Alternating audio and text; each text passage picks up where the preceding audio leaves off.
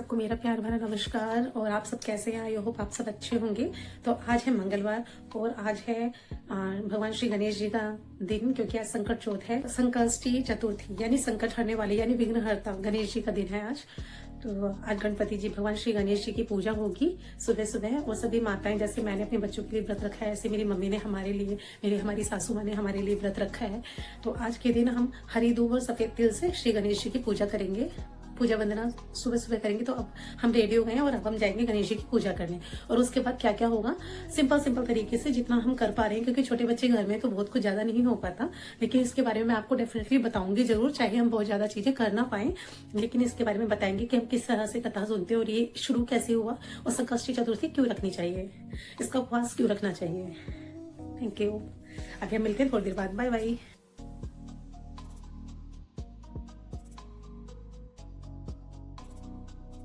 गणपति महादेव ये है मेरा हाँ और सर्वोपदेव भिन्न सर्वोपद्रव्य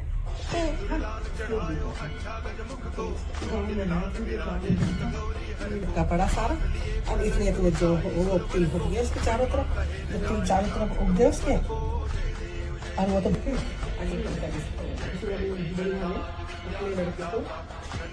तिल बोल देना भाई आगे तो बैठेगा और भगवान का नाम लेता रहेगी, जपता रहेगी ओम नमो भगवते वासुदेवाय। तो राजा ने फिर उसको खूब सारा इनाम दिया लड़के को और चारों तरफ माला भी करवा दी। संकट चौथ का व्रत हमारे बच्चे, सबके बच्चे की रक्षा करना परमात्मा, कहने वाले का भी भला सुनने वाले की भला है। ये परम पिता परमात्मा गणेश भगवान सबकी रक्षा करना, घर में ऐसे उसने माला भी करवा दी। हेलो, तो अभी हमारी पूजा हो चुकी है और हम आ चुके हैं अभी। पहले तो आप मुझे कमेंट्स कीजिएगा कि कौन कौन संकष्टी चतुर्थी का व्रत रखते हैं, यानी कि संकट चौथ का व्रत रखते हैं। ये दिन जो होता है वो भगवान श्री गणेश जी की पूजा के लिए होता है। वैसे तो जैसे हर दिन बटे हुए हैं, हर किसी की, मतलब यहाँ दिवाली में लक्ष्मी जी की पूजा होती है, हालांकि हम रोज भी कर सकते हैं, लेकिन एक विशेष पूजा उस दिन ही की जाती है। भगवान श्री गणेश जी और माँ लक्ष्मी की पूजा उस दिन होगी।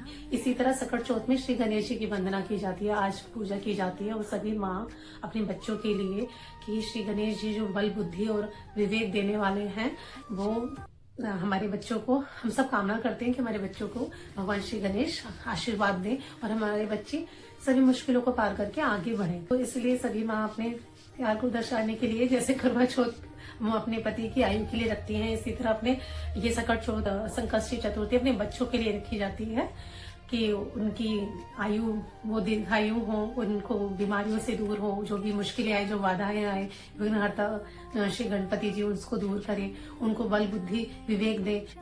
और तो इस तरह के दिन होते हैं त्योहार के, मुझे बहुत अच्छे लगते हैं। जैसे हम मॉर्निंग में, मतलब पहले से पता होता है कि आज हाँ संकष्टी चतुर्थी है या कोई भी त्योहार है जिसपे हमें व्रत रखना हो, तो पहले तैयार हो पूरा काम करके सुबह सुबह फिर तैयार हो जाना, फिर एक अच्छी, मतलब एक एक्साइटमेंट होती है कि पूजा करेंगे और फिर शाम को इस तरीके से कुछ बनाएंगे, मतलब एक अलग सा जोश होता है कि हाँ भगवान की पूजा, ये मुझे बहुत ही पसंद है। एक अलग झुकाव है मेरा इस तरफ कि जिस दिन मुझे व्रत रखना है या पूजा करनी है, तो उस दिन ऐसा लगता है कि बस अध्यात्म, मतलब पूजा में ही है और बस भगवान का नाम लें और बस कीर्तन करें, और इन चीजों में टाइम अपना स्पेंड करना मुझे तो बहुत ही ज्यादा पसंद है।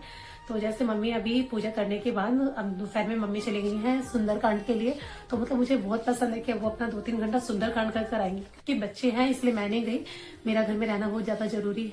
लेकिन डेफिनेटली आगे आने वाले समय में तो मैं भी जाऊंगी, और मैं भी जब मेरे बच्चे थोड़े बड़े हो जाएंगे, क्योंकि मुझे इन चीजों में टाइम स्पेंड करना बहुत ही ज्यादा पसंद है।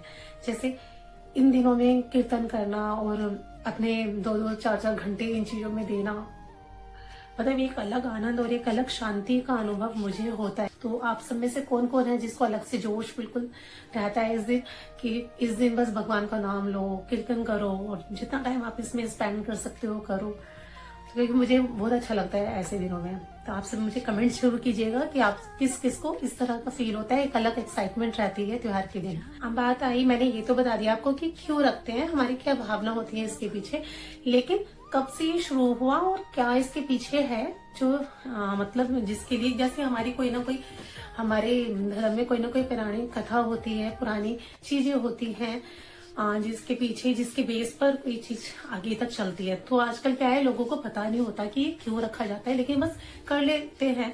लेकिन जब इन चीजों को जानने की एक्साइटमेंट होती है और कि हम ये कर क्यों रहे हैं, इसके पीछे क्या है, ये चीजें बहुत जरूरी है। एक्साइटमेंट होना मतलब जानना, पता होना कि आप अपने धर्म में अगर कोई व्रत, कोई पूजा कर रहे हैं तो इसके पीछे क्या है, इसकी इम्पोर्टेंस क्या है और हम ऐसा क्यों कर रहे हैं, ताकि ये हमें पता हो और हम अपने बच्चों को भी बता सकें आगे जाके कि ऐसा क्यों होता है, किस लिए होता है। पौराणिक कथा के अनुसार ये कहा जाता है कि माता पार्वती ने गणपति जी के लिए ये व्रत रखा था। सबसे पहले उन्होंने शुरू किया था कि गणपति जी शक्तिशाली बने और विवेक बुद्धि के बलशाली बने और वो बहुत बुद्धिमान और बहुत शक्तिशाली बने और स्वयं की और सबकी रक्षा कर पाए। इसलिए माता पार्वती ने गणपति जी के लिए ये व्रत रखा था और उसके बाद से ये प्रथा चली आ रही है कि हर माता अपने बच्चों के लिए व्रत रखेगी।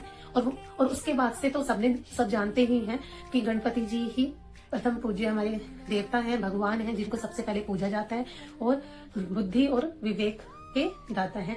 गणपति जी विघ्नहर्ता इनको कहा जाता है और ये बुद्धि विवेक देने वाले हैं, बल बुद्धि विवेक के दाता है। तो मतलब माता पार्वती ने ये शुरू किया और तब से सभी माता अपने बच्चों के लिए ये व्रत रखती आ रही हैं। और हाँ, एक बात ये कि जैसे मैं संकष्टी चतुर्थी बोल रही हूँ, इसको सकट चौथ हमारे यहाँ पे कहा जाता है। हाँ, और मतलब दिल्ली यूपी में इसे संकष्टी चतुर्थी या सकट चौथ कहा जाता है, ठीक है। लेकिन कहीं कहीं से तिलकुट चौथ भी कहा जाता है, क्योंकि इसमें तिलकुट बनाया जाता है, जो मैंने बताया अभी, गुड़ का और तिल का। कहीं कहीं से सकट चौथ कहा जाता है, कहीं कहीं से तिलकुट चौथ कहा जाता है, कहीं माघी चौथ कहा जाता है, क्योंकि माघ का महीना भी चल रहा है तो माघी चौथ कहा जाता है इसे। और कहीं कहीं पे इसे संकट हारा कहा जाता है। हाँ, और कहीं कहीं गणेश चतुर्थी कहा जाता है। हाँ, तो ये इसके सारे नाम हैं, लेकिन ये है यही त्योहार, हाँ, जिसे माँ अपने बच्चों के लिए व्रत रखती है। मैंने अभी आपको इसके नाम बता दिए हैं, आप कमेंट्स करके बताना आपके यहाँ पर इसे क्या बोला जाता है, ठीक है। और ये व्रत शाम को चंद्रमा को देखकर ही खोला जाता है। भगवान शाम को जो सुबह हम पूजा करते हैं गणपति जी की, उनको हरी धूप चढ़ाते हैं और जो कहानी कहती हैं, जैसे कि कभी मेरी सासू माँ कहानी सुनाती हैं या कभी मेरी मम्मी कहानी सुनाती हैं, तो जब हम इस कहानी जब समाप्त हो जाती है तो कहानी में के साथ साथ हम सफेद तिल लोटे में डालते हैं, ठीक है। और वो धूप को हम गणपति जी को चढ़ाते हैं और जो हिस्सा हमारे हाथ में रह जाता है वो हिस्सा हम अपनी चुनरी में गांठ लगा के रख लेते हैं, ठीक है। फिर जो जल होता है लोटे का, उसको हम सूर्य देव को अर्घ्य दे देते हैं, उस टाइम पर जल दे देते हैं। और बाकी जो चीजें हैं जो हमने गांठ लगा के रखी है, उसको हम शाम को जब चंद्रमा निकलेगा, तो जैसे चंद्रमा निकलेगा तो हम एक लोटा जल लेके वो जो बचा हुआ है, जो हमने तिल और हरी दूब रखी है, उसको लोटे में डाल के फिर शाम को अर्घ्य दे देंगे चंद्रमा को। और शाम को हमारे यहाँ पे खीर बनेगी, वो अपनी अपनी मर्जी है। जैसे हमारे यहाँ पे पोहे बनते हैं, ठीक है, जैसे कोई पूड़े बोलता है, कोई गुलगुले बोलता है, हाँ, तो वो उसमें सफेद तिल डाला जाएगा, ठीक है। और तिलकुट बनता है, ठीक है, गुड़ और तिल मिलाकर उसके लड्डू बनाए जाते हैं। और कभी कभी ऐसे भी बना लेते हैं, जरूरी नहीं उसके लड्डू ही बनाए, हाँ, पिघला के अगर लड्डू बनाने हैं तो लड्डू बना लेते हैं। कभी कभी ऐसे गुड़ को करके कूट कर उसमें तिल मिला लिए जाते हैं और वो ऐसे भी खाया जाता है, ठीक है। और तिल चटकाना भी होता है। अगर किसी के पास उपला होता है, कड़सी होती है, उपला होता है, तो वो उसको जला के उस पर सफेद तिल को चटकाता है। अगर कोई ऐसा नहीं कर सकता, किसी के पास नहीं है, तो गैस पर थोड़े से तिल चटका लिए जाते हैं, डालकर मतलब फ्लेम पर थोड़े तिल डाल के इसे चटकाना, क्योंकि अब ये सकट चौथ पे तिल चटकाना भी बहुत जरूरी होता है। ये सफेद तिल का ही त्योहार होता है सकट चौथ। तो ये सब मैंने अपनी मम्मी से और ये सब मेरी मम्मी करती आई है, मेरी सासू माँ करती आई है, तो मुझे भी पता चलता रहता है कि ये सब चीजें हैं। तो शाम को जब हम पूजा करेंगे गणपति जी की, तो उनको भोग लगाएंगे पुए से और तिलकुट से, खीर से, जो भी चीजें आप मीठे में उनके लिए बना रहे हैं, जो प्रसाद में बना रहे हैं, और अर्घ्य देंगे चंद्रमा को। फिर अपना व्रत खोलेंगे और जो भी पक्का पकवान बनता है इस दिन, तो जो भी पकवान बनेगा वो फिर खाएंगे और व्रत खोलेगा चंद्रमा को देखने के बाद। बाकी हर त्योहार को मनाने का सब जगह अपना अपना एक तरीका होता है। हमारे यहाँ पे ये तरीका है जो मैंने अभी आपको बताया, बाकी हो सकता है आपके यहाँ पे कुछ अलग तरीका हो, क्योंकि वैसे भी इंडिया में थोड़ी थोड़ी जगह जगह पे चीजें बदलती चली जाती हैं। लेकिन बस यही है कि भाव अच्छा होना चाहिए भगवान के लिए। इस दिन अपना भाव अच्छा रखो, सच्चा रखो, उनका नाम लो। डेफिनेटली मुझे कमेंट करना अगर इसके बारे में कोई और जानकारी चाहिए होगी। और इसके बाद भी अगर कोई फेस्टिवल आएगा और हमारे वहाँ कैसे मनाया जाता है, तो डेफिनेटली हम बताएं।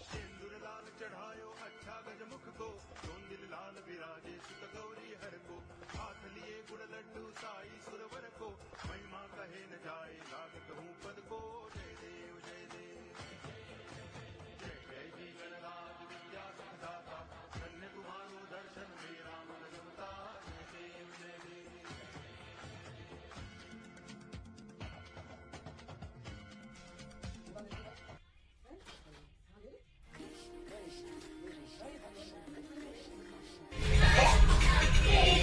ये भगवान जी के लिए पुए और इसका भोग लगा रहे हैं, क्योंकि मंदिर छोटा है ना, इसलिए छोटी सी थाली ही यूज कर रहे हैं।